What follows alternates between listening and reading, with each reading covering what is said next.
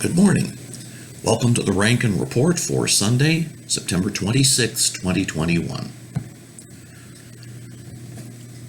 The reading today is from the first chapter of the book of Isaiah, and it's the entire chapter, so I'm not going to read all of it.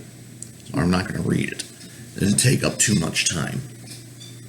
But I encourage you to do so, because there's a purpose in talking about Isaiah's ministry. We don't know much about the prophet Isaiah except that he was born in Jerusalem and served in the function of a prophet for several decades during the reigns of several kings of Judah, beginning his prophetic work the year that King Uzziah died. Some speculate that he may have been a member of the royal family, but speculation is about all it is without further evidence.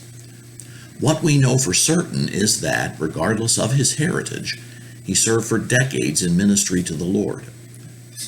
And yet, part of his function involved the teaching of history. Most prophets did the same thing because the message to Israel, and later Israel and Judah, involved reminding the people and their leaders of the circumstances regarding the nation's founding and the work of God in doing just that.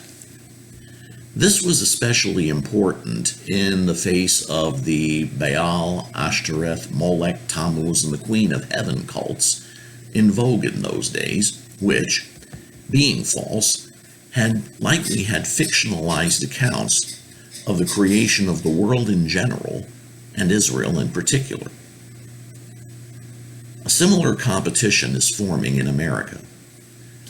The truth of the history of the founding of our nation as a nation devoted to God has been under attack for years. Excuse me.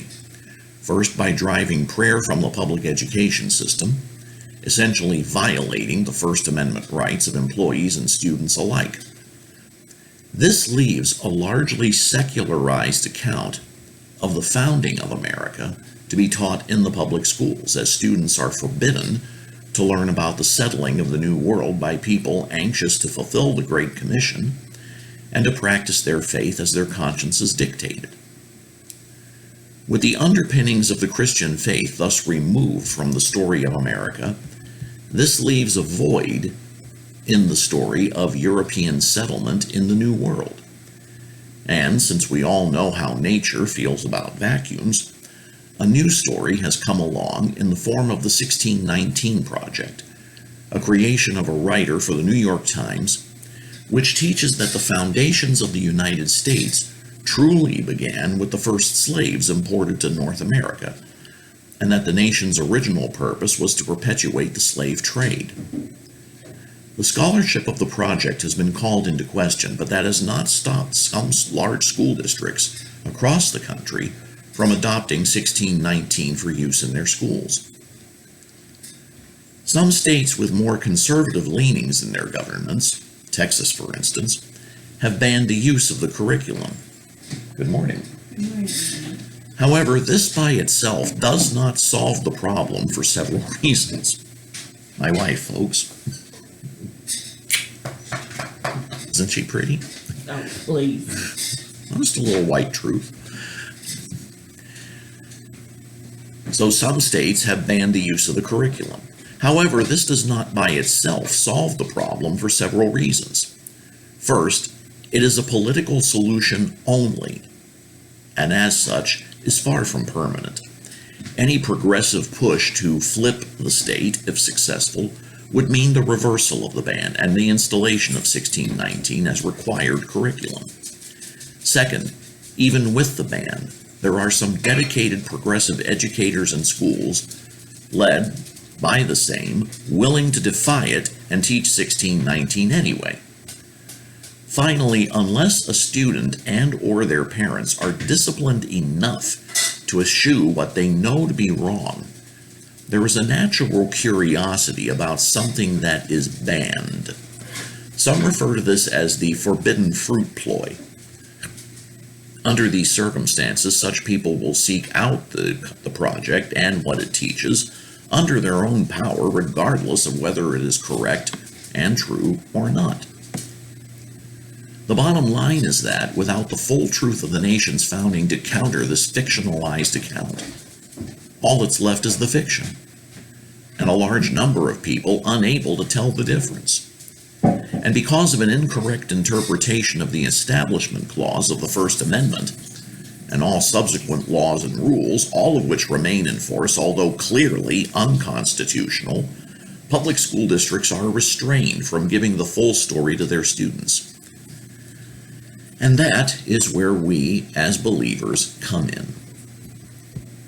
So why go to all this trouble? The obvious answer is that proponents of 1619 and secularism do not believe and wish to erase the influence of the gospel from all areas of American life. Behind that, however, lies a more sinister idea, that if the influence of the gospel is removed, then the moral character of our elected officials becomes irrelevant to the people, leading to the downfall of the nation. Proverbs 14:13, righteousness exalts a nation, but sin is a reproach to any.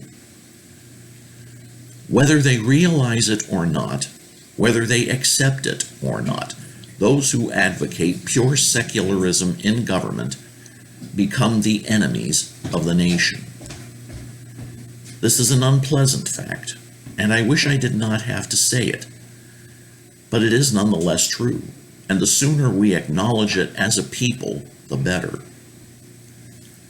As followers of Jesus, we are to bear witness to the truth as he did, John 18:37. And if the public schools cannot or will not teach the truth regarding the nation's founding, then the church must step up and do the job itself. There are a number of ways this can be done. The most obvious way is through the pulpit, with pastors, priests, and ministers informing their congregations, some perhaps for the very first time, of the nation's true history. A second approach could be through the Sunday school classes and programs. Another could be opening the church house, wherever and whatever it is, to homeschool groups studying American history. Finally, if the congregation is financially able to do so, church-run schools and academies can teach the truth as part of its history curriculum, although it may have to contend with state laws governing such things in the process. Some churches are already handling this last step, but more is needed. Much more. Will there be opposition to this? Probably. And congregations taking up the challenge will have to take critics into account and be ready to answer them. 1 Peter 3:15.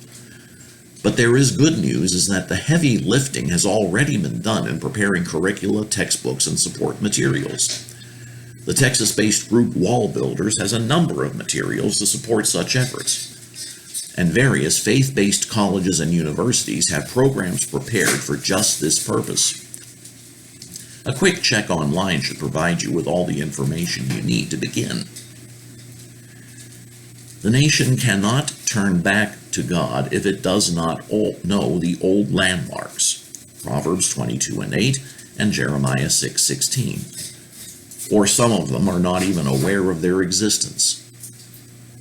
Bringing this to the people's mind also is ministry, because it serves the kingdom of God. And as such, we must bear witness to the truth. And we may be the only ones able or willing to do so. That's the Rankin Report for Sunday, September 26, 2021. Thank you for watching. God bless you. Have a great day.